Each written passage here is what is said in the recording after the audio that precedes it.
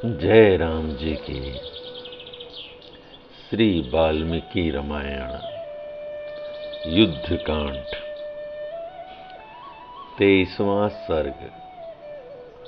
श्री राम का लक्ष्मण से उत्पात सूचक लक्षणों का वर्णन और लंका पर आक्रमण।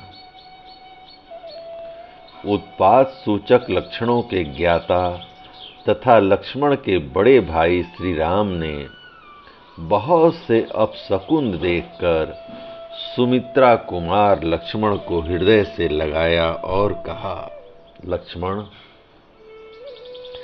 जहां शीतल जल की सुविधा हो और फलों से भरे हुए जंगल हों, उन स्थानों का आश्रय लेकर हम अपने सैन्य समूह को कई भागों में बांट दें और इसे व्यूहबद्ध करके इसकी रक्षा के लिए सदा सावधान रहें। मैं देखता हूँ समस्त लोकों का संहार करने वाला भीषण भय उपस्थित हुआ है, जो वृक्षों, बानरों और राक्षसों के प्रमुख वीरों के विनाश का सूचक है।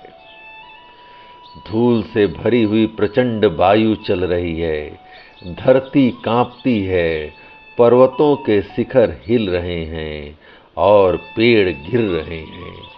मेघों की घटा घिर आई है, जो मांसभक्षी राक्षसों के समान दिखाई देती है। वे मेघ देखने में तो क्रूर हैं ही, इनकी गर्जना भी बड़ी कठोर है। ये क्रूरता पूर्वक रक्त की बूंदों से मिले हुए जल की वर्षा करते हैं। यह संध्या लाल चंदन के समान कांति धारण करके बड़ी भयंकर दिखाई देती है। प्रज्वलित सूर्य से ये आग की ज्वालाएं टूट टूट कर गिर रही हैं। क्रूर पशु और पक्षी दीन आकार धारण कर सूर्य की ओर मुंह करके दीनतापूर्ण स्वर में चित्कार करते हुए महान भय उत्पन्न कर रहे हैं। रात में भी चंद्रमा पूर्णतः प्रकाशित नहीं होते और अपने स्वभाव के विपरीत ताप दे रहे हैं। ये काली और लाल किरणों से व्याप्त हो इस तरह उदित हुए हैं, मानो जगत के प्रलय का काल आ पहुंचा हो। लक्ष्मण, निर्मल सूर्य मंडल में नीला चिन्ह दिखाई देता है। सूर्य के चारों ओर ऐसा घेरा पड़ा है जो छोटा, रूखा, अशुभ तथा लाल है। सुमित्रा नंदन, देखो, ये तारे बड़ी भारी धूल राशि से आच्छादित हो हतप्रभ हो गए हैं, अतएव जगत के भावी संहार की सूचना दे रहे हैं। कौवे, बाज तथा अधम गीध चारों ओर उड़ रहे हैं और सियारिनें अशुभ सूचक महाभयंकर बोली बोल रही हैं।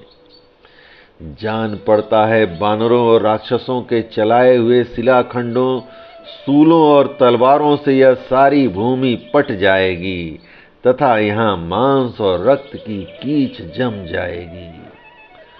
हम लोग आज ही जितनी जल्दी हो सकें इस रावण पालित दुर्जय नगरी लंका पर समस्त बानरों के साथ वेग पूर्वक धावा बोल दें। ऐसा कहकर संग्राम विजयी भगवान श्री राम हाथ में धनुष लिए सबसे आगे लंकापुरी की ओर प्रस्थित हुए। फिर विभीषण और सुग्रीव के साथ वे सभी श्रेष्ठ बानर गर्जना करते हुए युद्ध का ही निश्चय रखने वाले शत्रुओं का वध करने के लिए आगे बढ़े। वे सब के सब रघुनाथ जी का प्रिय करना चाहते थे। उन बलशाली बानरों के कर्मों और चेष्टाओं से रघुकुल नंदन श्री राम को बड़ा संतोष हुआ। जय राम जी की। इस प्रकार श्री वाल्मीकि निर्मित आर्ष रामायण आदि काव्य के युद्ध कांड का 23वां सर्ग प्रभु श्री राम की कृपा से पूर्ण हुआ। जय राम जी की।